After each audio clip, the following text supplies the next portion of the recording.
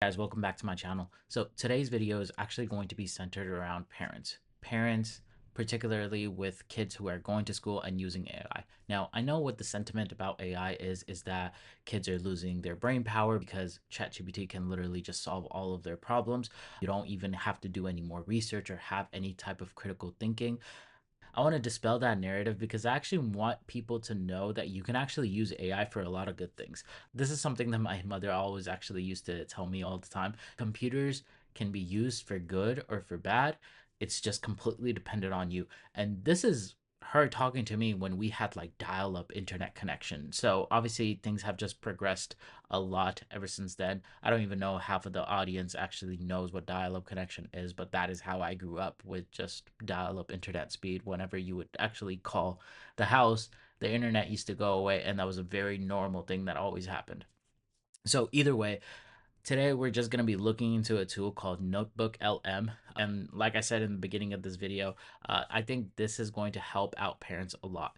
All right, so what exactly is NotebookLM? So you can see over here that I'm actually on the website itself. It's just called notebooklm.google.com. Obviously, it is a Google product. Now, NotebookLM was basically designed to have all of your different sources and just help you study for whatever it is that you actually want. So all you really have to go in ahead and do is actually create a notebook. So basically just imagine that you're bringing a new notebook from home to school and you're about to start writing in it, and that's exactly what NotebookLM actually is. So you can obviously see over here I have one notebook that is already created. It's called Economics Overview, but we're just going to create a new one from scratch. And the first thing that it's actually going to do is ask us to upload any sources that we already have. You can obviously connect to Google Drive or put in any websites, or just copy and paste text as well. So what are we exactly going to be doing today? So let's go ahead and let's actually try to look into economics. So why don't we just click on this video right So among here, and then we're going to copy the link. So we just, control C right here, and then we're going to go back into our notebook, and then we're going to hit website. Actually, we're gonna do YouTube, paste YouTube URL. We're gonna insert this video right here. It's gonna upload that, and that is going to be a source that we have, right? If we want to add new sources, we can obviously go ahead and do that as well. It doesn't necessarily have to be a YouTube video, but I'm just gonna go ahead and add one more so YouTube video. Copy the link, go back in here, add source, YouTube, bam, insert, and then it's gonna go ahead and actually go with that. So let's try to look up what exactly is macroeconomics as well. Say, for example, that you already know that your son has a test on macroeconomics that's actually coming up, and he's asking for your help to study. Now, you might not know anything about macroeconomics. This is something that can help you understand everything, and this is something that can help your son or your daughter understand everything as well. And it's a great study tool without just giving them the actual answers that they're looking for. So we're going to look up and Google what is macroeconomics. Obviously, you have all of this text that you see over here. So let's say, for example, I like this definition. I want to copy it over. So I'm just going to hit Control, and then we're going to copy this selection, and we're going to go back here. We're going to hit Add Source, copy text, and then paste it over here as well. And we're going to insert that.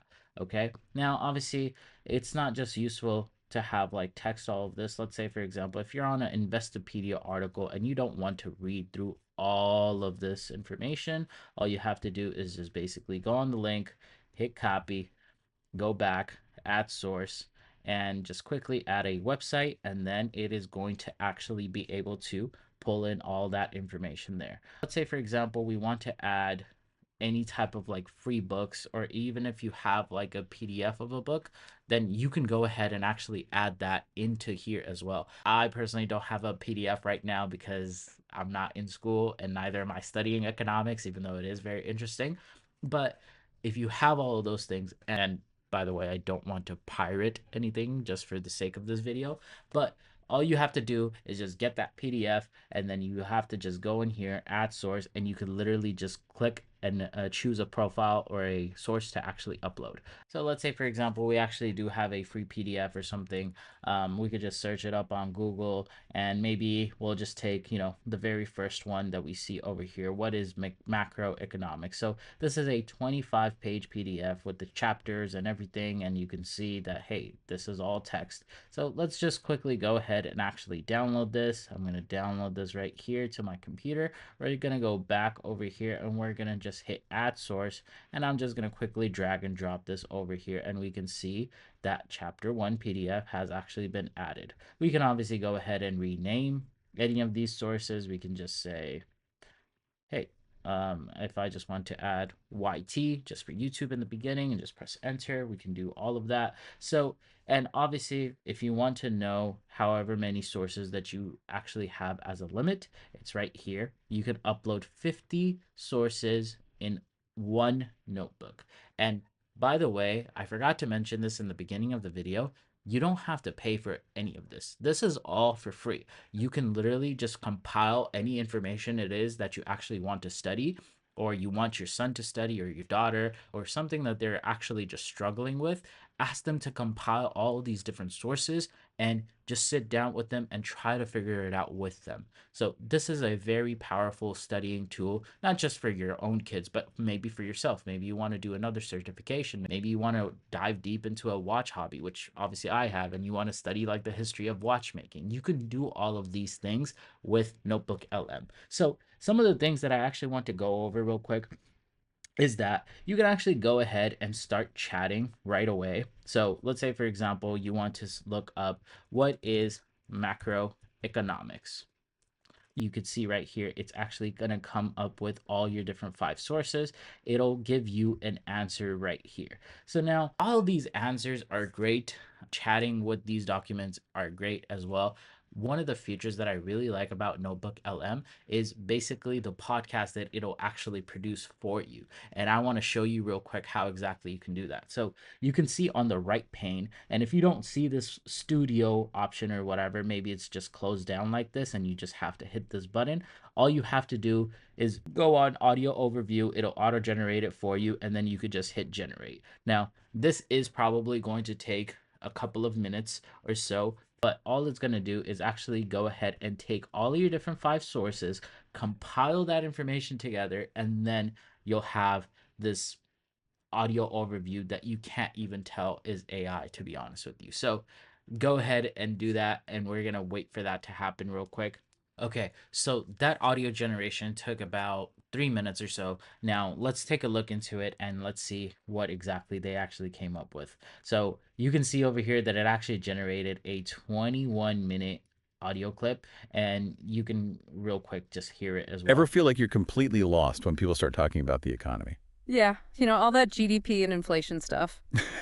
It's like they're speaking another language, right? Totally. Well, we're going to try to fix that today. Exactly. We're going deep on some of the core ideas in macroeconomics. We're going to be using this foundational chapter from a macroeconomics textbook. We're going to be like your guides to understanding this stuff. So just real quick, you can see that the conversation is very fluid. It kind of just sounds like two real people that are talking to one another, but literally this was generated by AI, which is amazing. Now, one of the other favorite features that I have that you can actually do as well with this is literally mind mapping. Now, look, I'm a very visual learner, so I like to see how everything gets connected to everything else.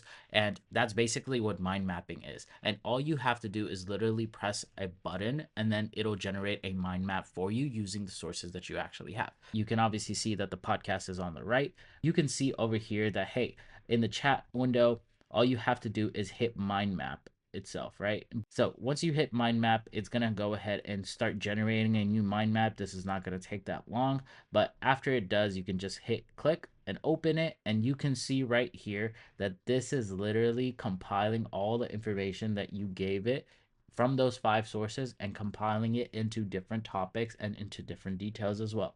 So obviously it went into macroeconomics and it pointed out all of these different things, right? So let's scroll over here. Let's do schools of thought, because we want to know what exactly are the schools of thought that are existent within macroeconomics. So let's do Canadian. I hope I'm pronouncing that properly. And let's do sticky prices. So once we hit sticky prices, let's see what exactly it comes up with. So it's going to open the chat window for us once again. And it's going to say, based on the sources, here's a discussion of sticky prices in the larger context of Keynesian economics. The source indicates that Keynesian economics, particularly in New Keynesian form, acknowledges the existence of sticky prices. And obviously, one of the things that you can see over here is that the responses are very wordy and you don't want to particularly read all of this information. So all you have to do is just say, explain sticky prices in one sentence. Press enter. Let's see what it comes up with, and there you go. Instead of just reading all of this different information with all these different sources, find a quick overview and a quick explanation. So all it's going to say is sticky prices and macroeconomics, particularly with this, refer to the phenomenon where prices and wages do not adjust quickly to changes in supply and demand, which can lead to market imperfections, and it'll literally give you the source as well. If you want to go back to the mind map, all you have to do is click here and you're right here. Let's go back into it. Let's go into policy implications and let's do demand management, fiscal policy, and let's do taxes because everybody loves talking about taxes, right? So let's go in here and let's see what exactly it's going. Let's see what exactly it's going to generate with. Let's go back in here. Again, wordy response. Explain it like I'm 12. Maybe your son is 12, right? Maybe you just have the IQ of a 12-year-old. I don't know. But either way, it's still a little bit too wordy. So we're going to say shorten it to 2 sentences. And there you go. Taxes are a primary tool of fiscal policy, enabling the government to influence national spending and manage the economy by adjusting the amount of money available to households and businesses. So, there you have it. That's a quick overview of Notebook LM by Google. Of course, I want to make sure that parents and just kids everywhere actually have the material that they need to actually go ahead and actually study whatever it is that they're actually studying as well, and study it well. And obviously the purpose of this video as well was to make sure that everybody knows that AI is not all doom and gloom. Listen, I know that there's a lot of things that are happening that kids are suffering from because of AI, because of just the ease of use and the ease of access to information like never before. But all of these different tools and technologies can actually be helped to help them study. These things can actually teach them new skills that people like me or people like you were never able to actually master. So use these tools and use these technologies to your advantage. And trust me, it'll definitely pay off in the long run, especially if you get started with your kids early on right now, then it's definitely going to pay off in the long run as well. All right, I'll see you guys in the next video. Bye, guys.